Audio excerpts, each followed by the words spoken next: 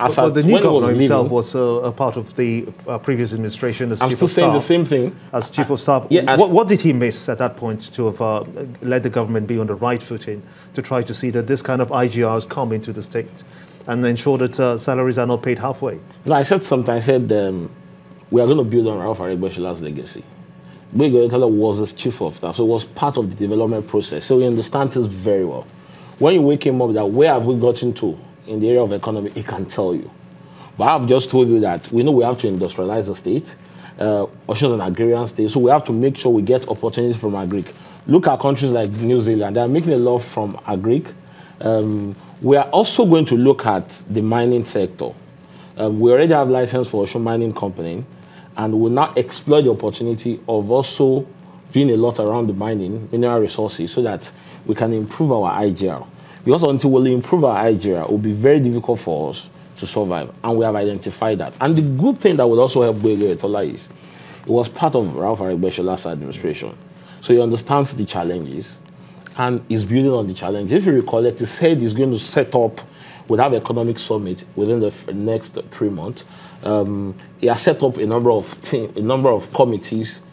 He's hitting the ground running, because this is just like a continuation of Ralph Aregbesol's government. So we know where we had issues, and we're going to work on it. Okay, but because right now, one of the issues that you have to contend with is political, because the governorship candidates of the PDP in the run-up to the elections, and thankfully it's been concluded now. We have a new sitting governor, but he has basically said that he is heading to the tribunals, and he has got enough to pin you down and then get back what he calls a stolen mandate. How prepared are you for that? No, he knows he didn't win the election.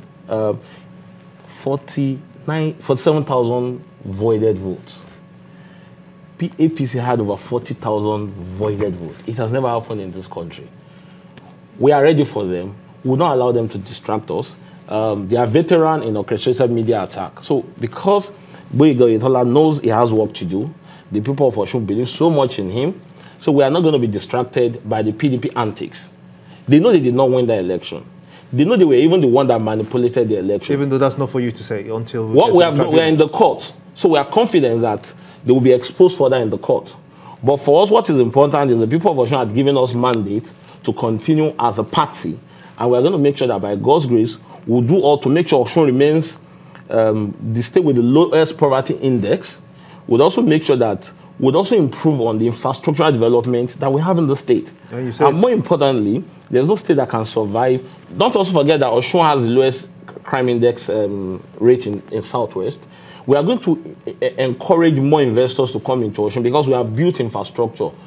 Power situation in Osun is good. We are completing work on our industrial park. For government, a liberal economy like Osun, government is not meant to be doing business.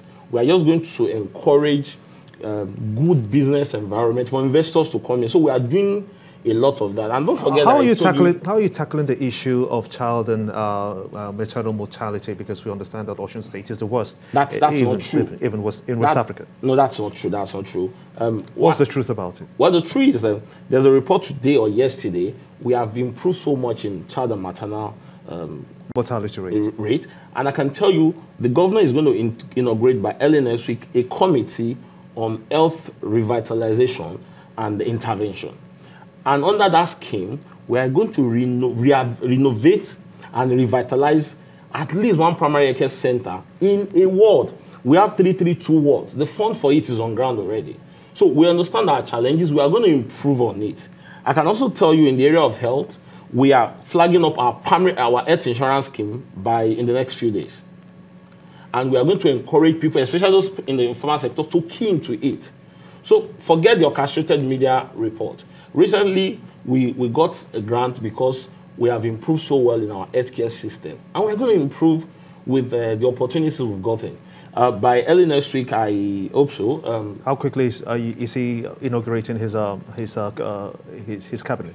Well, it's meant for the governor to say, but what I know is he has hit the ground running, and we are going to ensure that we'll fulfill all our promises. We are not waiting till January. I told you he has inaugurated some committees already. I told you next week, hopefully, the health insurance scheme is kicking off. The health committee that would work on revitalizing and improving the healthcare system is also kicking off, and we've gotten funds for that. So, in the area of education, we're also doing a lot. Under our regulation, we had our best results since the creation of the state. So we are going to improve on that. We're going to be watching that space very closely. Remy, of course, Omoaye, he's the former Commissioner for Technology, Science and Innovations. I want to thank you so much indeed for talking to us here on State of the Nation. Now, when we return, we're going to take a look at the new commission for the diaspora and how that will impact on the economy. Are they willing to invest? That's when we return. Stay with us.